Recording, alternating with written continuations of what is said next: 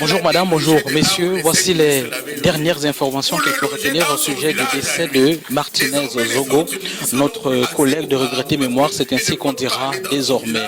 Il faut le dire, je n'ai certainement pas relayé cette information, mais les professionnels de la communication se sont réunis hier ici à Ilégué-Sono, siège de Amplitude FM, à l'effet d'apposer des gerbes de fleurs et des bougies pour le repos de l'âme de Martinez Zogo avant de se rendre au ministère de la Communication, rencontrer le ministre René Emmanuel Sadi. Lui-même s'est rendu aujourd'hui ici à Ilégué-Sono, c'est lui que vous apercevez à l'image, l'effet de sacrifier à ce rituel. Le ministre René Emmanuel Sadi lui aussi a posé une bougie sous la photo de Martinez Zogo. Il a visité les studios et autres bureaux de cette radio d'Amplitude FM. Vous écoutez certainement en fond sonore cette voix de Martinez qui animait la tranche de 10h à 12h dans la capitale camerounaise. Il était sans doute l'animateur le plus écouté de la capitale du Cameroun. Eh bien, c'est un post-4.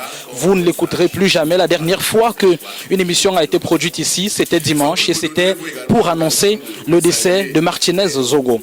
Au sujet de l'enquête initiée par le procureur de la République pour rétablir la vérité des faits, on peut dire un certain nombre de choses. Vous avez certainement écouté beaucoup de nouvelles sur les réseaux sociaux. Ce qu'on peut dire avec certitude, c'est qu'un test d'ADN croisé a été réalisé hier par les médecins au fait de s'assurer que c'est effectivement Martinez Zogo qui a été retrouvé, parce qu'il faut dire son crâne a été rasé. D'autres éléments d'autopsie font plus froid dans le dos. Il y en a que je ne peux pas décrire dans cette vidéo pour ne pas heurter certaines sensibilités, mais on peut quand même vous dire qu'on a essayé, on aurait essayé de lui arracher sa langue, on aurait également essayé, on lui aurait brisé les doigts. C'était s'attaquer à la presse, c'était s'attaquer à la liberté d'expression, à la liberté d'opinion, pourtant si cher au président de la République, son Excellence Paul Biya.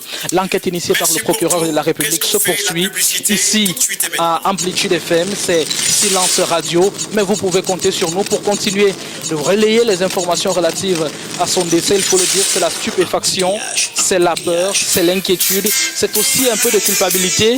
Je vous le dis avec beaucoup d'émoi, mais il y a l'une des proches collaboratrices de Martinez Zogo qui s'est exclamée il y a un moment à l'endroit d'un collègue. Elle disait: vous avez laissé partir Martinez Zogo. Évidemment, vous pouvez compter sur nous pour avoir d'autres informations relatives à la mort de Martinez Zogo et à l'enquête initiée par le gouvernement de la République du Cameroun pour vous servir ici à Amplitude FM Ilégué-Sono dans la ville de Yaoundé. Nous sommes Samuel Bonis et Désiré Trésor Mboni.